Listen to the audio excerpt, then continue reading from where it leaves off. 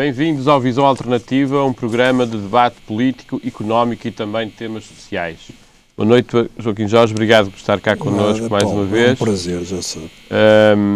Hoje vamos começar por temas não de política, mas de desporto e das personalidades principais. É melhor. Temos o caso de José Mourinho, que faz uma época bastante má no Real Madrid e aparentemente tudo indica que vai sair. Bastante má face ao currículo que ele tem. Isso é verdade. O que é que tem a dizer sobre isso? Eu não gosto... Sabe que eu, quando falo de futebol, não gosto de falar de pormenores, que há coisas que não me interessam, nem estatísticas, nem nada disso. Eu gosto de falar do conteúdo e da personalidade do Mourinho. O Mourinho acaba de ser despedido. Isto é o máximo. Passado meia hora, já estava contratado pelo Chelsea. Veio num Twitter de uma pessoa do Chelsea. Portanto, eu tenho orgulho numa pessoa que é portuguesa. Quem dera a muita gente dizer que trabalha onde quer, vem embora. Repare que ele vem embora porque quis, não foi despedido. Há um acordo mútuo.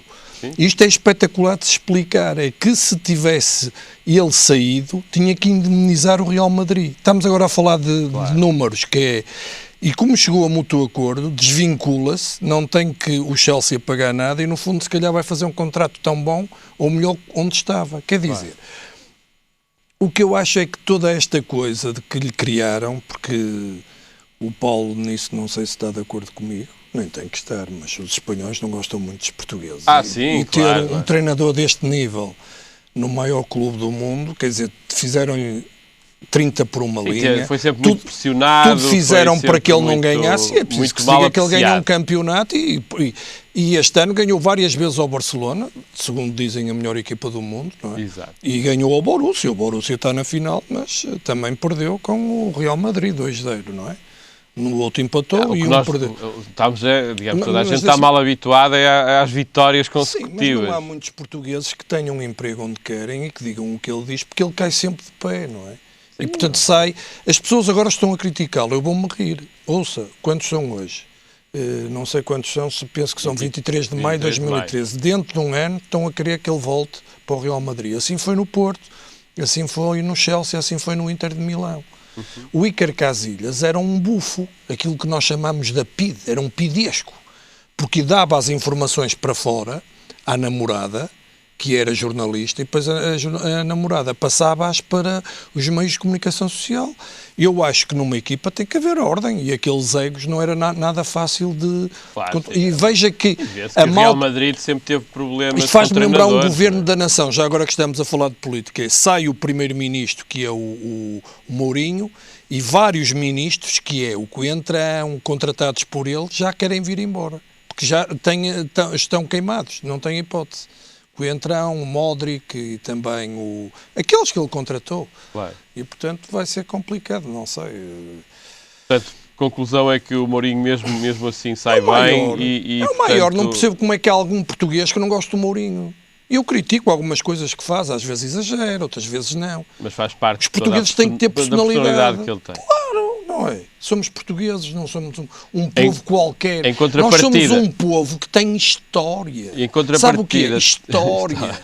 Mas em contrapartida temos o nosso ministro Gaspar, que vai à Alemanha e faz sempre uma figura um pouco triste ou pouco digna junto do governo dos ministros alemães. Só conheci até hoje um político que bateu o pé à Europa e que falava sempre em primeiro lugar. Chamava-se Francisco Sá Carneiro. Quando houve um ataque, recordo-me como se fosse hoje, um problema internacional, ele foi o primeiro a responder. E todos os outros países, as embaixadas e as sucursais, tiveram que ir pelo diapasão dele. Eu fiquei feliz, porque é um erro, a nível internacional reagimos sempre tarde, não é? Eu já não me recordo seguidistas, somos muito seguidistas. Não, nós tudo que é estrangeiro é bom, nós temos essa mania, eu também, porque me incutiram isso, roupa de marca, sapatos... Marcas estrangeiras. Mas não, se calhar... Também há marcas portuguesas. De grande qualidade, não é? Gostava que houvesse um bom carro português, não há... Isso era bom. Há os carros fabricados na fábrica da Volkswagen de Palmela. Mas quais são? São Peugeot ou... Não, Volkswagen Pronto, acho que é o EOS e outros. Sim, e um descapotável também. Não é esse. Espetacular. Mas quer dizer, há essa mentalidade e nós temos que mudar essa mentalidade e acreditar. Agora, não é com este tipo de governantes que não são um exemplo, não é? Temos um homem que veio da Europa, que se chama Vítor Gaspar, que fala em câmara lenta em português e rapidamente em inglês. Não sei se já reparou nisso. Ele agora já fala... É mais rápido. Mais rápido. E que o futuro dele não liga a Portugal, está a cumprir uma ordem, estilo comissão liquidatária, ele no fundo é um comissário e que agora vai para o lugar de alguém na Europa. É o gestor dos credores, como é que se chama? Nunca desmentiu que iria para um... Voltar, exatamente, para um lugar... Não sei. Voltando agora aqui ao futebol, temos o Futebol Clube do Porto que vence o campeonato contra, digamos, há uns meses atrás, ou umas semanas atrás, contra todas as probabilidades que se pensava nessa altura. Eu critico o Porto, eu não gosto do Jesus. E afinal o que eu tinha dito é que o Benfica arrisca-se a perder tudo. Exato. Não gosto desta dupla, deste tandem Jorge Jesus e Luís Filipe Vieira. Não ganham nada. Parece que há ali um casamento de conveniência. Não ganham nada. Isto faz-me rir. São um bocado trocistas, são um bocado... Não, repara, têm atitudes megalómanas, de grande convencimento, não aceitam a realidade, não dão os parabéns a quem ganha. É o mínimo de educação, por muito que custe. Até o Pinto da Costa lhe custou e disse que gostava que o Porto ganhasse ao Chelsea. Sabe Deus que engoliu sapos. O Benfica ganhou. Exatamente. Portanto, agora também tenho que criticar o Porto nisto. Não é o Porto em si, quer dizer, aquilo não é penalti. Isso é penalti é fora da área. Eu desliguei a televisão a partir desse momento. Para que eu vou ver? O Porto não precisa de favores, o Porto está acima disso. Quer dizer, depois ficaram com 10, depois expulsaram outro jogador do Porto para ficar 10 anos. O Porto não precisa disso, percebe? O Porto está acima disso. E depois há outra coisa importante.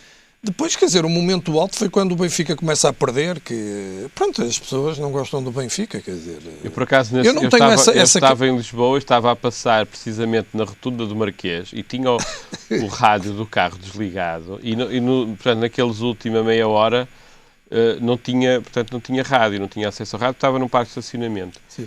E quando passei na rotunda do Marquês, em Lisboa, não aqui... eu vi muitas buzinadelas e pensei, olha, o Porto acabou por perder e o Benfica ganha o campeonato. E, portanto, mas não. Depois lá liguei o rádio e não, o Porto tinha ganho e o Benfica tinha... Mas isso que me está a dizer, tinha perdido, como vê, o Porto está... Já havia muito apoiante do Porto em Lisboa. Portanto, o Porto está a começar já há muitos anos uma dimensão nacional, como tinha o Benfica há uns anos atrás. Não, o Benfica tem que mudar de estilo. E o Porto não precisa de favores e tem aquela mística de acreditar sempre. Porque o Porto este ano, quer dizer, ganhou o campeonato porque o Benfica o perdeu. A gente tem que ser honesto. Claro, mas o que é a realidade é isto e que contra, digamos, as probabilidades. Mas eu acho que piada é os jogos morais, as grandes exibições morais, a posse de bola moral, o grande jogo moral, e depois falam em moral e depois têm éticas e posturas imorais. Que é falar de convencimento e que são os maiores onde?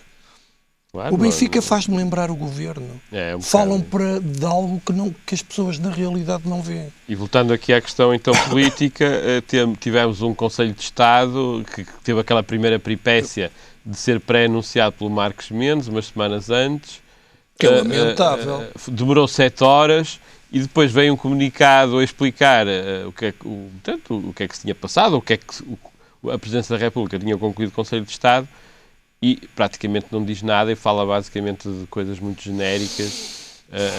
Mais valia não ter havido comunicado ou um comunicado só de 2 linhas a dizer que houve Conselho de Estado do que aquele género de conclusão que não é conclusão nenhuma. Só demonstra um pouco que o cargo ou até o cargo atual, a pessoa que está a desempenhar a Presidência da República ou até o próprio sistema em si é muito pouco eficaz e digamos, não ajuda nada nesta altura de crise termos uma Presidência da República tão amorfa. Eu há tempos escrevi um artigo, já não me recordo, escrevo tantas coisas, que era como é que se poderia destituir um Presidente da República por prova ou até mover-lhe um processo cível por incumprimento do seu dever.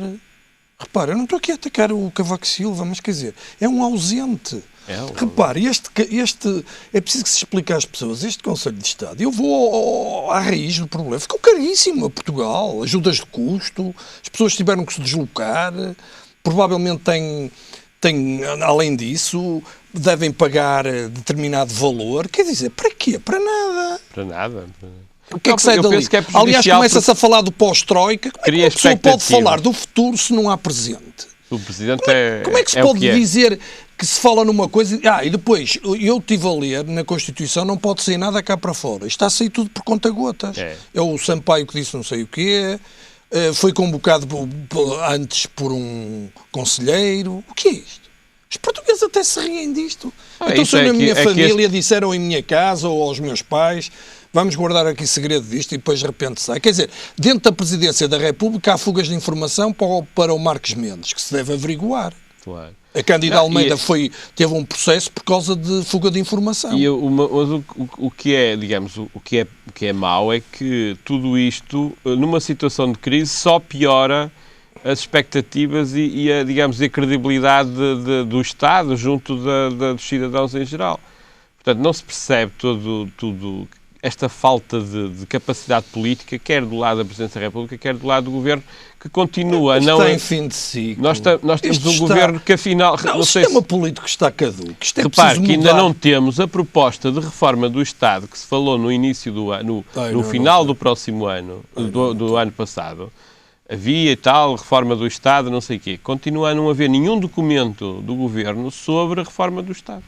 E depois há outra coisa, é tudo feito em cima do joelho, querem X funcionários que vão embora. E onde é que está esse estudo feito? E não se conta os que já foram? Não, e não se conta os que continuam a entrar? Então, e continua... Sim, mas isso parece-me a mim que o Vítor Gaspar... O que se deveria era fazer uma análise dos que entraram depois deste governo e os que saíram. Depois a culpa... Entraram 70 mil. Depois há outra coisa que me irrita imenso, é evidente que o Sócrates teve imensa culpa nesta situação. Claro. Mas este governo, é preciso que se diga publicamente, vai fazer 2 anos, e tem muita culpa no desenvolvimento desta situação. Claro. Eu, se tivesse sido primeiro-ministro, reunia e falava para os portugueses, explicava a situação em que estava. E só depois é que diria, aceitam isto? Eu tive que dizer isto, mas agora temos que fazer isto. Como é? Tem que se ouvir as pessoas. Eu sinto no meio disto um espectador passivo, que estou a ver um jogo que me estão a dar cabo da minha vida e eu não tenho direito a intervir. É por isso que eu já nem ligo. Hoje há subsídio de desemprego, depois não há, hoje dão 50%, depois dão 33%. O que é isto? Não, continua a não haver... Eu sabe o que é que eu sinto num jogo de ténis? Uma bola. Hoje vamos ter também, digamos, à hora que o programa for para o ar, já temos as famosas medidas de incentivos fiscais, que afinal vão ser basicamente as mesmas que já se falava há um ano, mas que tiveram um ano no congelador, não se percebe porquê. Porque o Schauber, o ministro, ministro alemão das Finanças, disse que era preciso dar incentivos ao crescimento. Parece que o Vítor Gaspar teve que ir à Alemanha pedir a aprovação dos alemães para dizer o que vai dizer hoje. Claro. Mas isto é uma falta, digamos, de dignidade e de soberania que ultrapassa todos os limites. Nós somos um protetorado em vias de extinção. E, portanto, continuamos a ter isto é um país em vias de extinção. É o que eu lhe digo. Não, temos um Estado, se calhar, em vias de extinção. O país não, porque o país está sempre cá. Pois, mas podemos nos tornar como aqueles palácios que a gente olha e diz que gosta muito, estão cheios de verdura, andam ratos lá dentro. Sim, é um país, digamos, não há porta fechada que bloquear. Não vemos grande viabilidade para o futuro, digamos, é esse o grande drama que temos. Eu não tenho culpa disso, desse país. E toda esta posição, e a posição do Primeiro-Ministro nisto tudo, ele basicamente ainda ontem, penso que ontem, ainda veio tornar a afirmar que não mexe uma palha na linha, digamos, não se desvia um milímetro na linha traçada da austeridade extrema. Quem não muda de ideias é limitado. Quem não quer ver aquilo que toda a gente vê... Temos a Manuela Ferreira Leite, o Catroga, tanta gente do próprio setor do PSD. O primeiro, as pessoas não falam, foi o Pacheco Pereira, que nunca esteve de acordo. Sim, mas esse o António Capucho está zangado, não é? Saiu do Conselho de Estado, a gente tem que rebobinar isto rapidamente, não é? O Pedro Santana Lopes tem tido uma atitude correta, porque também quando lá estava fizeram-lhe a cama. E, portanto, ele vai dizendo as coisas, mas de uma forma mais suave e honesta intelectualmente. provavelmente quer ser candidato a Presidente da República, não é? Isso lê-se nas entrelinhas. Sim, parece que sim. O Marcelo também tem criticado e também o próprio Marques Mendes. E, portanto, se estas críticas existem, agora veio o pai dizer que ele queria sair. Quer dizer, o pai, no fundo, está-lhe a dar um alibi para as atitudes que ele tem, pois por dizer, coitadinho, está cansado, está lá. Claro. Se não quer lá estar, que saia. Exato. E que era, se calhar, uma boa saída. Sim, é aquilo que eu tenho dito ao longo e portanto, pouco Joaquim Jorge também, que era possível... Eu sei que se primeiro... Eu, por acaso, confidenciei com ele, posso dizer isto publicamente, não tem mal nenhum, quando ele veio ao clube, uns meses antes de ser primeiro-ministro, que gosta da vida de casa e estar, é verdade, tem as 3 filhas, tem as 2 filhas deste casamento, e eu penso que às vezes em casa estão 3 ou 4 mulheres, ele até se ria, que é... Está ali, bem, não é? Se sou um homem, qualquer coisa as mulheres ajudam em tudo, não é uma atitude feminista da minha parte ou machista, mas quer dizer... E, portanto, quer dizer, ele realmente não tem vida familiar, é brutal, não é? Claro, obviamente, e, portanto, é uma vida difícil, é um cargo muito difícil. Está bem, mas quer dizer, também o tornou mais difícil. Também o tornou mais difícil. Até o próprio isolamento que ele tem, claro. Ou basicamente só fala com o Vítor Gaspar. Porque há aqui aquela teoria, que eu, só para terminar, que eu tenho falado, que é, este governo está a prazo. Este governo, se não cair em outubro, entra em agonia. Até junho de 2014, por tática. Mais nada, por tática. Não sei se sabe, para se marcar eleições em Portugal, cai um governo, demora 4, 5 meses. Portanto, o governo provavelmente cai em março de 2014. Porquê? É fácil de explicar. As pessoas nunca votam a favor, infelizmente. Votam sempre contra. As pessoas vão penalizar o governo nas autárquicas. Quem se vai tramar é que um bom candidato do PSD, com valor, com prestígio, não vai ter capacidade, porque as pessoas, excepcionalmente, poderão votar no Menezes ou noutro, mas votam contra o governo. Tenho a certeza. O que é que isto vai acontecer? Pela primeira vez na história de Portugal, da democracia depois de 25 de Abril, nenhum autarca quer ter à sua beira governantes. Isto é que é a história. Toda a gente queria ter o fulano cicrano e agora querem não apareças porque tira votos. Quer dizer, isto é de morrer a rir. Nós vimos o Amorim Abreu, o Abreu Amorim esteve caladinho enquanto não tinha lá o papel escrito que era o candidato à Câmara de Gaia. Logo que teve o papel escrito... Começou a criticar o governo. Claro, está a ver? Eu não acho isso correto. Pronto. Outros que vão ganhar no PS, que nem merecem, nem sequer fazem nada para que isso aconteça, ganham por desmérito do outro e por negação do eleitorado. Isto é de morrer a rir. Portanto, quer dizer, o que é que vai acontecer? A maioria vai ficar desempregada em outubro, que são os dirigentes do PSD, não tem que fazer, então vamos embora, vamos convocar um congresso extraordinário, que são 3.000 votos, e como o Paulo diz muito bem, pode acontecer como a Inglaterra, a Thatcher era primeiro-ministro e o líder... Sim, eu sinceramente eu estou a pensar nisso, e o Rui Rio vai ser líder do PSD antes do que queria. E a analogia é muito semelhante, porque, claro que no caso da Thatcher já era o 3º mandato, mas em termos de filosofia e de ideologia são muito próximos. A Thatcher, desnecessariamente nesse 3º mandato, continua com uma ideia de austeridade e de aumento de impostos e é o exagero e a obstinação dela que faz com que o próprio partido seja obrigado, por pressão das ruas e pressão mas há aqui uma coisa social, que se tem que dizer a verdade ao Paulo. O relvas faz falta, porque dava-se muito bem com o aparelho. O relvas tem montes de defeitos. Não vou falar aqui de licenciatura. Vamos separar isso. Sim. Vamos ver aqui o lado de operacional. Eu acho que o até bombeiro relvas, o que é que ele fazia? Havia queixas distritais e ele servia de almofada e explicativo, claro. Faz ali falta. Sim, agora temos um Maduro que eu não sei de onde é que apareceu esse senhor.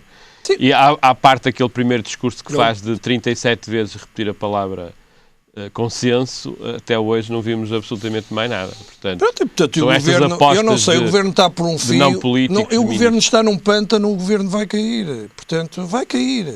O governo vai cair. O governo vai acabar por cair. Agora, o problema é que nós agora, se me perguntar a mim, queres ação... que vá para lá o PS? Não é uma questão de querer quem vá para lá. A questão é que este governo não funciona. Nós precisamos de um governo que integre o máximo de forças políticas do Parlamento. E, portanto, porque as políticas e as ideias, quer do PSD, quer do CDS, quer do PS, e tem ambos ou os 3 partidos, e se calhar o Bloco de Esquerda, não sei, tem propostas válidas. O que era preciso era aproveitar cada uma das propostas mais válidas e formar. Neste momento a situação do país é tão grave que nós temos que passar por um outro patamar de governação. Mas o problema é que o sistema político bloqueia qualquer solução. Porque o sistema político dos partidos e este Presidente bloqueiam qualquer situação. Repare como nós estamos a ver a solução, veja como nós estamos a ver a solução e ela está bloqueada. Perguntaram-lhe, porquê é que não nos perguntam a nós qual é a solução? Porque, no fundo, estes partidos hegemónicos... Estes partidos hegemónicos já... Não, mas há outro problema da democracia, que há eleições e passado um ano e esse Parlamento não representa as pessoas. Não, mas, há uma dificuldade. Mas, não representa porque os parlamentares, os deputados, em vez de terem uma atitude, diria, patriótica e nacional, defesa do interesse nacional dos cidadãos, têm uma atitude de rebanho, de dizerem a tudo que sim, veja bem ao diretório, digamos, à direção do partido. Uma maioria derrubar-se a ela própria porque perde os empregos dela. Eu deixo aqui esta questão às pessoas. Já viu? Mas eu acho que é mais grave do que isso. Eu acho é que os deputados... Digamos, eu penso que os países têm digamos, na situação política há dois tempos completamente diferentes. É o tempo normal em que há uma luta política que é saudável e que é importante. Mas há o tempo excepcional em que, como é o caso de uma guerra, ou que é o caso de uma situação económica gravíssima, como é que nós estamos, e que já estamos há 2 anos. E essa situação gravíssima obrigaria, face à incapacidade deste governo, que é, digamos, só mesmo um núcleo muito restrito do PSD é que ainda acredita que este governo tem propostas válidas. Quem está no poder? Porque a maior parte das... e, portanto, nestas condições de grande gravidade era fundamental que os deputados, porque não pode ser de outra maneira, os deputados assumissem que foram eleitos com, digamos, para representarem o país e não para dizerem amém à direção política do PSD. E, portanto, é neste momento, é este problema que temos de uma democracia que nós temos, no sistema que temos, é que os deputados não assumem... Mas é um problema ético, é um problema moral. Porque está lá na Constituição que um deputado representa a região e logo que é eleito passa a representar a nação. O país, claro, a nação, não o partido. Mas está mal. Há momentos... Deputados de outra forma, nominalmente, e não... Tinham mais liberdade, claro. Mas isso não impede que cada um deputado deveria analisar a sua consciência e deveria analisar a situação concreta em que estamos e toda a envolvente e as críticas... E o sistema deveria facilitar a formação de novas forças políticas. Devia haver porque eu acho que os partidos hegemónicos, Paulo, vão deixar de o ser. Vai haver fragmentação. É verdade. Estas eleições autárquicas já são digamos, um sinal que vai haver transformação do sistema político partidário português. Graças a Deus. Ainda bem, portanto, eu sou 100% a favor disso, mas acho que não há desculpa para os deputados do PSD e do CDS se imporem, porque quem foi eleito são os deputados e não o ministro Vítor Gaspar. Como ele próprio diz, ele não foi eleito. Portanto, os deputados da maioria têm a obrigação de impor ou de exigir ao governo que mude... Mas o sistema, ao ele não ser eleito, tinha que se fazer o que o Belmiro já diz há muitos anos. A gente votar num primeiro-ministro... E uma equipa já pré-definida, e essa equipa serem deputados. E os ministros virem da lista de deputados.